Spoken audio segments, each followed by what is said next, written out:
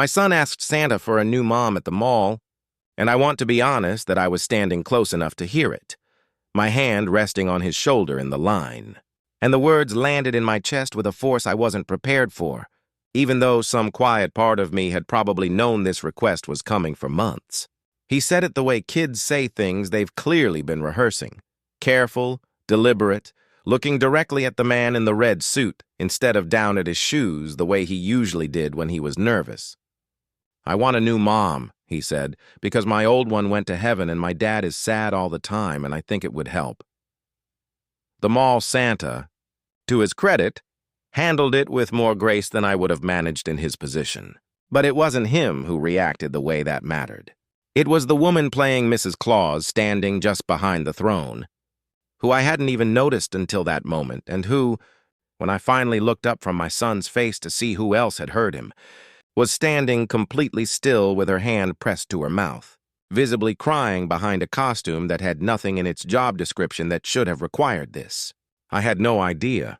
Watching a stranger in a velvet dress and white wig fight back tears over my 6-year-old's Christmas wish, that she was about to become considerably more significant to both of us than the brief, strange mall encounter suggested she would. Let me take you back to the months before that day at the mall, because the wish doesn't make sense without understanding exactly how heavy our house had gotten in the year since my wife died. My name is Daniel. I'm 34 years old. I work as an accountant for a regional firm, and I live in a 3-bedroom house on a quiet cul-de-sac with my son Henry, who was 6 at the time of this story and is the single most important person in my life.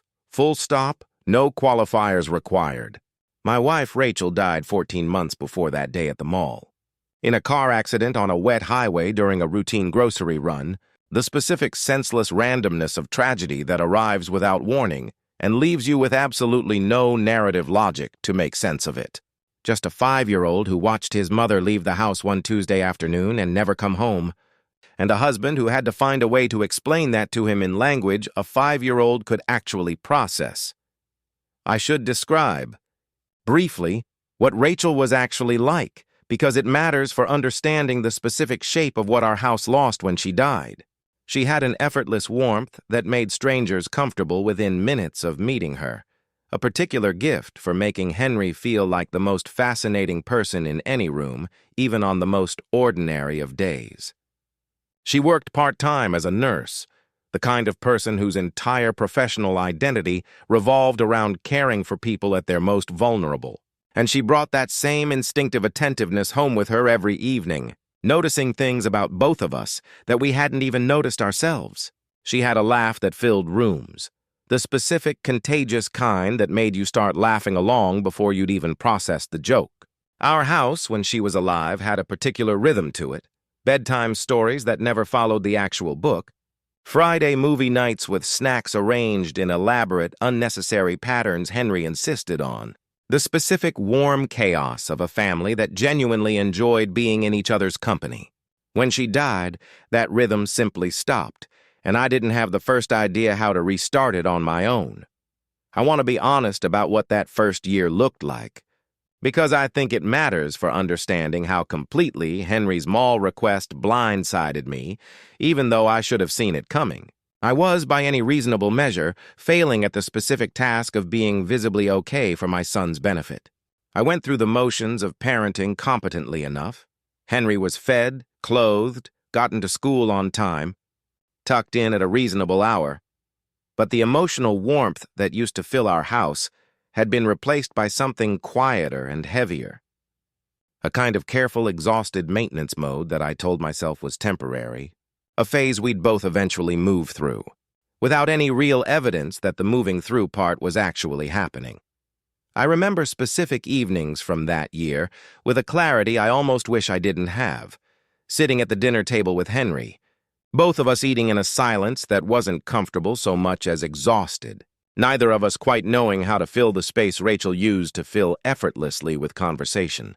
I'd ask Henry about his day and receive short, dutiful answers, the specific careful brevity of a child who'd learned, somehow, that his father didn't have much emotional bandwidth left over for extended conversation. I hated noticing that pattern and felt powerless to actually change it, trapped in my own grief in a way that made me less available to my son exactly when he needed me most.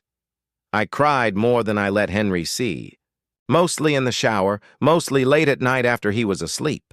The specific private grief that parents sometimes think they're hiding successfully from their children and almost never actually are. I know now, in hindsight, that Henry absorbed far more of my unspoken sadness than I gave him credit for at the time.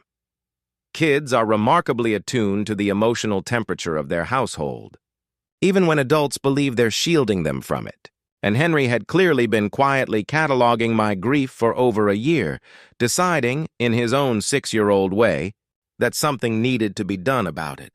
Henry's teacher had mentioned, at a parent conference about 6 months into that first year, that he'd become noticeably quieter at school too, less inclined to participate in group activities, more likely to sit alone at recess than he'd been before his mother's death. I'd absorbed that information with the specific helpless guilt of a parent who understood the problem but had no functional solution to offer. Given that I was barely managing my own emotional survival, let alone actively engineering my son's recovery from a loss this significant. The trip to the mall that December was supposed to be an entirely ordinary errand. The kind of thing parents do every holiday season without much forethought. Henry wanted to see Santa. I'd promised we'd go, and we'd ended up there on a Saturday afternoon 2 weeks before Christmas, standing in a line that moved slower than either of us had patience for. Henry had been rehearsing his Christmas list in the car on the drive over, the usual assortment of toys and video games that occupy a 6-year-old's imagination, and I had no reason to expect the conversation with Santa to deviate from that script. The mall itself was decorated with the specific aggressive cheerfulness of the holiday season. Garlands and oversized ornaments and a sound system cycling through the same dozen Christmas songs on a loop that everyone around us seemed to have tuned out entirely. The line for Santa stretched back through a roped-off section decorated to look vaguely like a winter wonderland, families shuffling forward in small increments, kids growing increasingly restless the longer the wait stretched on. Henry, for his part, had remained remarkably patient throughout, occupying himself with quiet observations about the other kids' costumes and the elaborate fake snow scattered across the floor near the throne. I remember thinking, standing in that line, that this was the first entirely ordinary outing we'd attempted in months without either of us forcing the appearance of normalcy, and feeling a small tentative relief at how unremarkable the afternoon had felt up to that point. I remember the specific moment everything shifted, watching Henry's posture change as we got closer to the front of the line, the way he stopped fidgeting with his jacket zipper and got unusually still, the particular stillness of a kid working up courage for something he's decided matters more than the easy stuff. I noticed it without fully understanding what it meant, attributing it at the time to ordinary nervousness about meeting Santa, rather than recognizing it as the specific gathering of courage before delivering a rehearsed, significant statement. I'd later learn, much further into our relationship with Olivia, that Henry had apparently been rehearsing this exact wish in his head for nearly 2 weeks, ever since a classmate had mentioned getting a new baby sibling, and Henry had gone quiet for the rest of that school day, turning over an idea that had clearly been building for longer than I'd realized.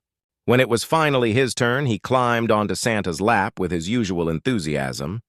But instead of launching into the toy list I'd heard rehearsed in the car, he sat for a moment looking unusually serious, and then said the thing that changed the entire afternoon. "I want a new mom," he said, with the careful deliberateness of someone delivering a line they'd practiced. "Because my old one went to heaven and my dad is sad all the time, and I think it would help." I felt the words hit me with a specific physical weight, standing there in line with dozens of other families around us, completely unprepared for my son's actual, true wish to be spoken out loud in a crowded mall to a stranger in a costume. I remember scanning the faces of nearby parents, half expecting some visible reaction from strangers who'd clearly overheard. But the mall continued its ordinary holiday chaos around us, oblivious to the specific significance of what had just been said, as if the rest of the world simply hadn't caught up yet to how much weight that sentence actually carried. The Santa, an older man with what I'd guess was genuine professional experience handling unexpected emotional moments, managed a kind, careful response. Something about how Santa couldn't exactly deliver new moms, but that he hoped Henry's dad knew how loved he was. The kind of graceful redirect that probably came from years of handling exactly this category of unscripted child honesty. But it wasn't Santa's reaction that I noticed most. Standing just behind the throne, in a Mrs. Claus costume complete with a white wig and wire-rimmed glasses, was a woman who had clearly heard every word, and who was standing completely frozen, one hand pressed against her mouth, visible tears tracking down her face despite an obvious effort to hold them back. I remember thinking, in the strange, disoriented haze of that moment, that this was an unusual amount of emotion for a seasonal mall job, and wondering, briefly, what about my son's specific wish had landed so hard for a complete stranger? After Henry climbed down from Santa's lap, the woman in the Mrs. Claus costume approached us. The photographer behind her clearly used to letting families move through without much additional interaction, but she seemed to have decided this particular moment warranted breaking that pattern. She crouched down to Henry's eye level, the way good adults do with grieving children, and said gently, "That was a very brave thing to say. I think your mom would be really proud of how much you love your dad." Henry looked at her with the specific open curiosity kids bring to adults who clearly understand something true about their situation. "Did your mom die too?" he asked, with the blunt directness only children manage without flinching. The woman's composure wavered again, briefly before she answered. "No," she said, "but someone very important to me did a few years ago. I know what it's like when the house gets quiet in a way it didn't used to be." "Is your house quiet now?" Henry asked, with the specific follow-up persistence kids bring to conversations they've decided are worth pursuing further. "Sometimes," she said, "less than it used to be. It gets easier even when it doesn't feel like it will. I want to be honest that I stood there, slightly outside the conversation between them, completely unprepared for how moved I was by watching a stranger meet my son exactly where he was, without flinching from the specific weight of what he'd just said. There was something in the way she spoke to him. Not the careful, slightly performed gentleness adults sometimes use with grieving children, but something that felt genuinely matched to his actual experience.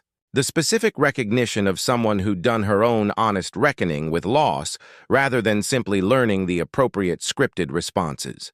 When she finally looked up at me, introducing herself as Olivia, working the mall's seasonal photo booth to cover some bills during a difficult year of her own, I found myself, despite every instinct toward composed politeness, asking if she'd be willing to grab coffee sometime. The words leaving my mouth with a directness I hadn't accessed in over a year. She said yes, and gave me her number, still partially in costume, the white wig slightly askew from crying, and I remember walking back to the car with Henry that afternoon feeling something I hadn't felt in over a year. Not happiness exactly. The grief was still entirely present and real, but something adjacent to hope, a small crack of light in a year that had otherwise felt completely without it. Henry, oblivious to the actual weight of what had just transpired between the adults, chattered the entire car ride home about an unrelated toy he'd spotted in a store window, and I drove with his number sitting in my pocket like something fragile, unsure yet what to do with the specific cautious optimism it represented. We had coffee the following week, without Henry, the two of us sitting across from each other at a small cafe trying to figure out what exactly we were to each other beyond a strange, emotionally charged encounter at a mall Santa line. Olivia told me about her own loss, a younger sister who died of an illness 3 years earlier. The specific complicated grief of losing a sibling rather than a spouse, but a grief that had taught her, she said, exactly the kind of quiet attentiveness she'd shown Henry without thinking twice about it. She'd recognized something in his face, she explained, the particular weight kids carry when they're trying to manage an adult-sized loss with child-sized tools, because she'd watched her own niece go through something similar. After her sister's death, she described her sister with a specific tenderness that told me how recent and present that grief still was for her. Despite the 3 years that had passed, a vivid, funny, occasionally exasperating younger sibling who died of a rare autoimmune condition that had taken nearly 2 years to claim her A slow loss that Olivia said had taught her something about grief's specific texture that sudden loss doesn't always teach.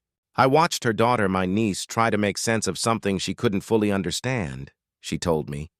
I think that's part of why your son's words hit me so hard. I recognized the exact shape of what he was carrying.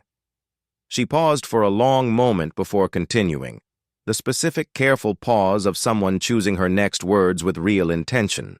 I think some part of me had been waiting for an opportunity to actually do something with everything I'd learned from watching my niece grieve, instead of just carrying that knowledge around uselessly. Your son gave me that opportunity without either of us realizing it at the time. I wasn't trying to insert myself into your family's situation, she said, turning her coffee cup slowly on the table. I just couldn't stand there and watch him say something that honest without acknowledging it somehow. It felt like the least I could do. I think it was considerably more than the least you could do, I said. I think it might have been the first time in a year that someone outside our house actually saw how much weight Henry's been carrying, instead of just assuming kids bounce back faster than they actually do. We talked for nearly 3 hours that first coffee, the conversation moving easily between her work. She did freelance graphic design the rest of the year, the mall job a seasonal supplement, and my own grief, the specific texture of trying to parent through devastating loss, while also being expected to function as a competent adult in every other area of my life. She asked good questions, the kind that showed genuine curiosity rather than polite interest, and by the time we finally left the cafe, I'd agreed to a second coffee the following weekend without much hesitation at all. I want to be honest that I moved through the following weeks with a kind of careful deliberateness, aware of how significant a new person in my life could be for Henry, unwilling to introduce someone into his world without being genuinely certain it was the right decision, rather than simply a comforting distraction from grief. Olivia, for her part, showed the same careful patience, never pushing to meet Henry again before I felt ready, understanding intuitively that whatever was developing between us needed to be built on something more solid than the emotional intensity of how we'd met. We had 2 more coffee dates over the following weeks, both of us using that time to ask the harder, more practical questions neither of us had thought to raise during the emotionally charged first conversation. What we each actually wanted out of a relationship at this particular stage of our lives. How we each understood the specific responsibility of potentially becoming a stable presence in a grieving child's world.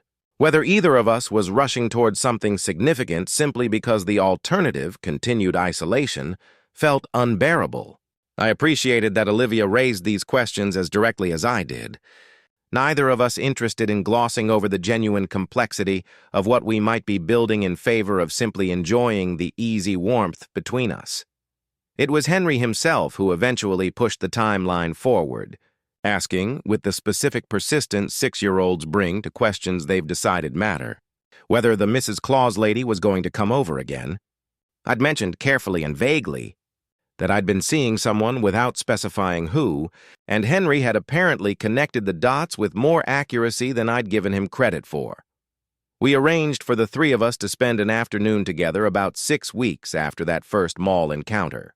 A deliberately low-pressure outing to a local park, and I watched, with a specific complicated mixture of hope and protectiveness, as Olivia engaged with Henry the same way she had at the mall, genuinely curious, unafraid of his grief, willing to talk about his mother directly, rather than awkwardly avoiding the subject the way some adults instinctively do around grieving children.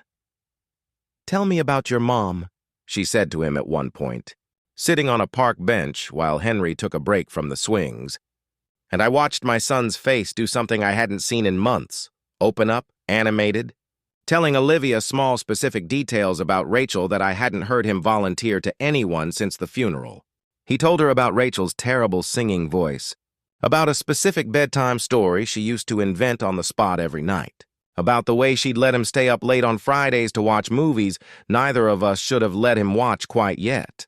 Olivia listened to all of it with the specific, complete attention that had first drawn me to her in that mall line, never once trying to redirect the conversation or rush past Henry's grief towards something more comfortable.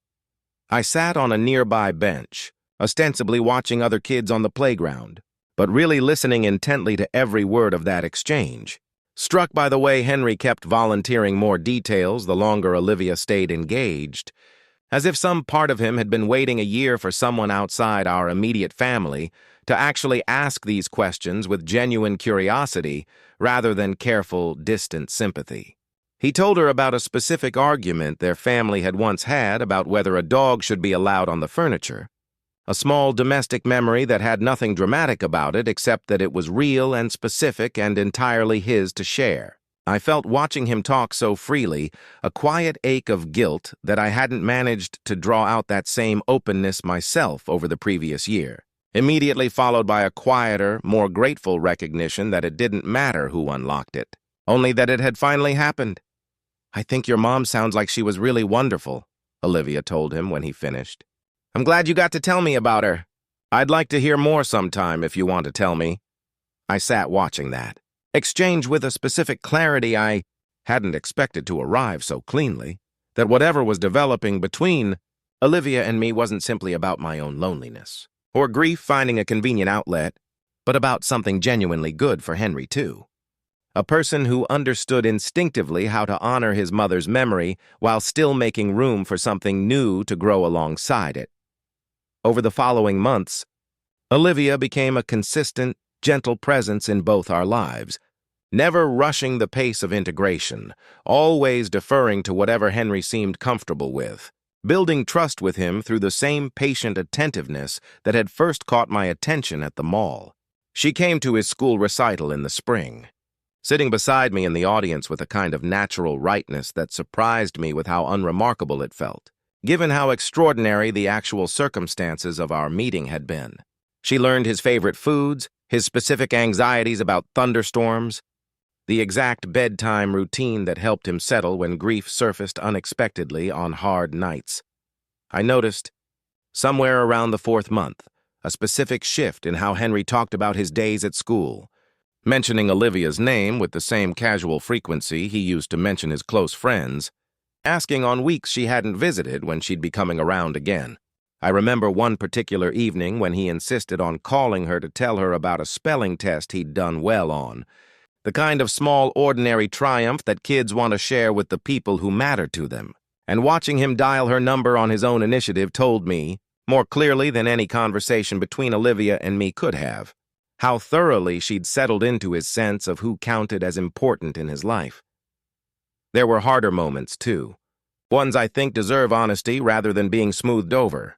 Henry had a difficult night about 5 months in, a sudden unexpected wave of grief triggered by a song that had played at his mother's funeral coming on the car radio, and he'd cried in a way he hadn't in months.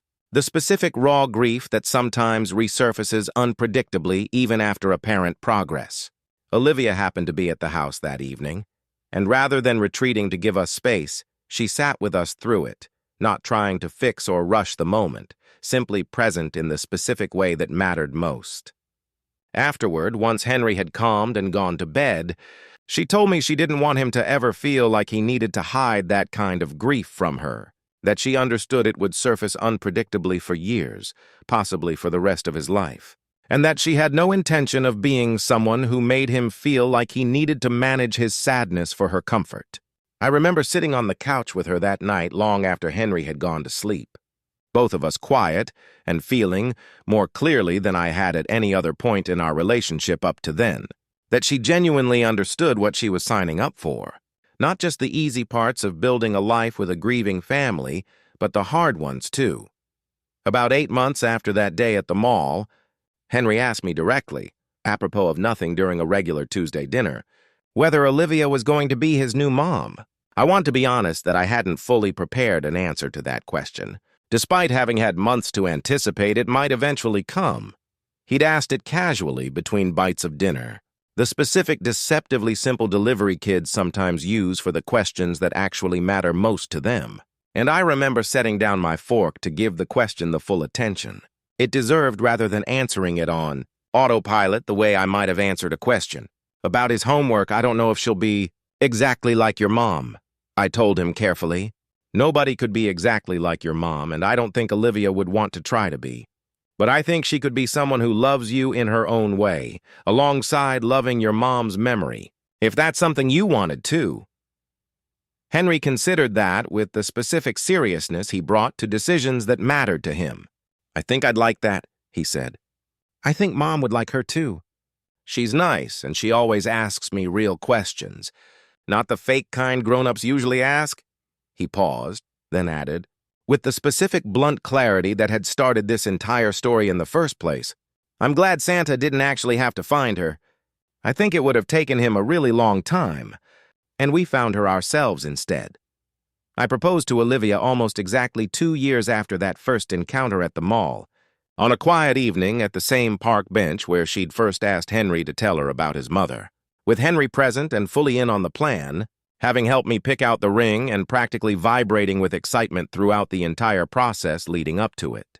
She said yes, crying again, though this time the tears carried none of the complicated grief of that first mall encounter. Just uncomplicated joy at a question she'd apparently been hoping for longer than she'd let on. I'd spent weeks beforehand consulting Henry on the details, which ring he thought she'd like best, whether the park bench felt like the right location or whether he had a better idea. The specific seriousness he brought to being included in a decision that mattered enormously to all three of us. He'd insisted on being the one to hand me the ring at the actual moment, hiding behind a nearby tree until I gave him the signal. And I remember Olivia's face when she realized Henry had been in on the entire plan from the beginning. The specific delighted disbelief of someone discovering that the people she loved most had been quietly conspiring towards something this significant. We married the following spring, a small ceremony with close family and friends. Henry serving as our ring bearer with the specific solemn pride of a child who understood he was witnessing something that mattered enormously to his own sense of family. I gave my own short speech at the reception, and I found myself, partway through it, unable to avoid mentioning the mall, the specific improbable beginning that had led us to that exact room full of people who'd watched this unlikely story unfold over 3 years. I used to think that day at the mall was simply about my son's grief, I said, looking out at the gathered guests. I understand now that it was actually the first day of building something new, even though none of us knew it yet. Henry asked for something honest, and the bravest person in that line happened to be standing right there to actually hear it. I looked at Henry as I said it, and he beamed with the specific pride of a kid who understood he'd played a genuinely important role in his own family's story.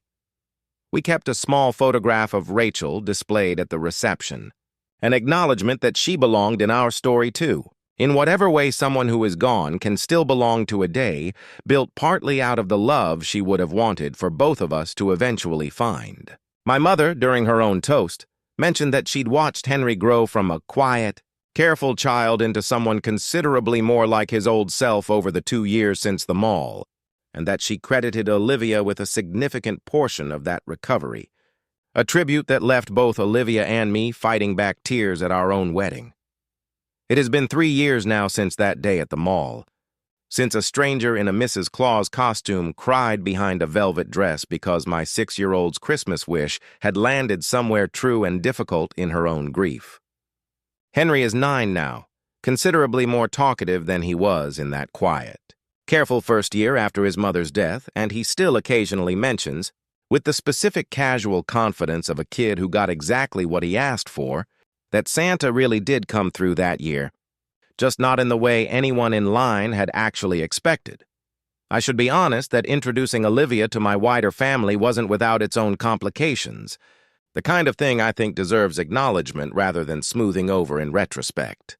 My mother, in particular, needed time to adjust to the idea, having loved Rachel deeply and grieved her loss alongside the rest of us. And I understood her hesitation, even as it occasionally frustrated me during those early months. She asked me directly, during one difficult phone call about a year after the mall encounter, whether I was certain I wasn't simply seeking comfort.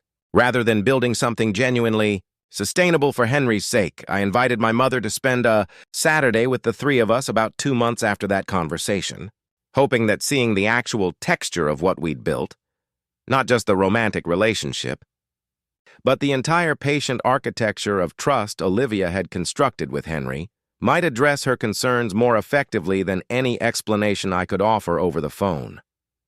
She watched Olivia interact with Henry throughout that day, the specific, easy warmth between them, the way Olivia asked him real questions, and waited patiently for real answers rather than rushing him toward simpler responses. By the end of the day, my mother pulled me aside in the kitchen and said quietly, "I see what you've been trying to tell me. I just needed to see it for myself instead of hearing it described."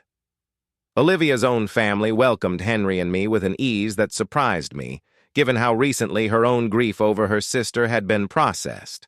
Her parents, when we visited them for the first time, treated Henry with the specific warm attention grandparents bring to children they've decided belong to their family, and her niece, the same girl whose grief had first taught Olivia to recognize what Henry was carrying, took an immediate liking to him.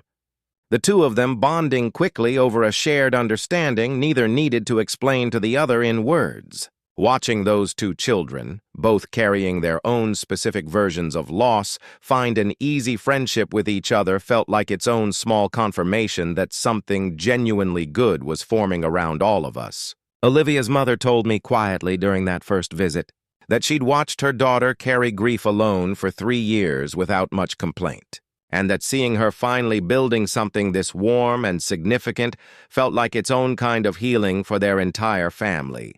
Not just for Henry and me. We've kept the mall tradition going, oddly enough, returning every December to the same Santa photo location. Though Olivia no longer works the seasonal booth, she'd left that job behind once her graphic design work became steady enough to sustain her year-round, a transition we'd both quietly celebrated, given how much that particular job had genuinely been a financial necessity during a difficult stretch of her own life, rather than a permanent career choice. We still go every year regardless, the three of us standing in the same kind of slow-moving line. Henry now considerably too old to actually want to sit on Santa's lap, but still insisting on the ritual anyway, treating it with a specific reverence that I understand has less to do with Santa himself and more to do with honoring the place where our family actually began. Olivia laughs every time.